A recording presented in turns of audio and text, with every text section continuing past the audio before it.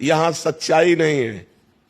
यहां ना कोई सच्चा दोस्त है, ना यहां कोई सच्चा पति है, ना यहां कोई सच्ची पत्नी है, ना यहां कोई सच्चा पुत्र है। भगवान ही रोल कर रहे हैं और सब जाएंगे यहां से अपने अपने समय में। अपने समय में सब जाएंगे। हमको झूठा रोल करना है, पत्नी से पति का रोल करना है, पुत्र से पिता का रोल करना है, मित्र से मित्र का रोल करना है, लेकिन किसी से कुछ रोल नहीं।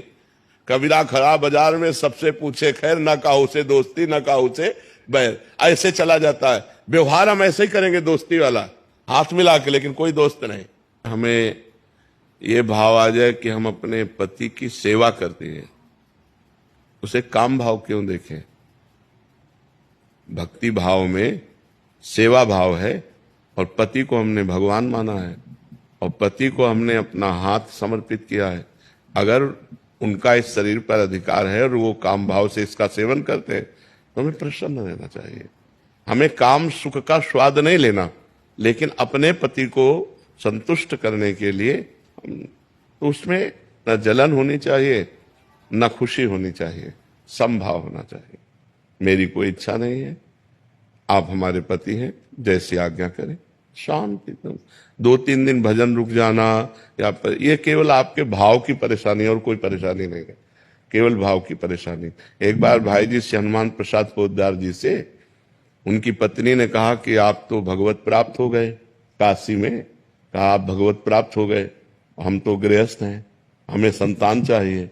अब आप भगवत प्राप्त हैं तो कैसे संतान होगी, क्योंकि भगवत प्राप्त के अंदर काम ही नहीं होता। तो उनका तुम केवल इतना देखो, ये हनुमान प्रसाद पोद्दार मेरा पति है, बस ये हनुमान प्रसाद पोद्दार तुम्हारे लिए सिर्फ तुम्हारा पति है, भाई जी महाराज ने। और इसके बाद सावित्री नाम की कन्या प्रकट हुई।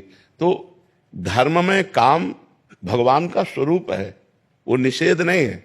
अधर्म में काम, अभी किसी अन्य पुरुष के प्रति आपकी भावना हो तो ये निंदनीय है, लेकिन अपने पति यदि ऐसा करते हैं तो ना हमें क्षोभ होना चाहिए, ना हमें रोष होना चाहिए और ना हमारे भजन में फर्क पड़ना चाहिए। हमारी सेवा हो रही, हमारे पति हैं, तो इसको निगेटिव में मत लीजिए, नकारात्मक भाव में मत लीजिए।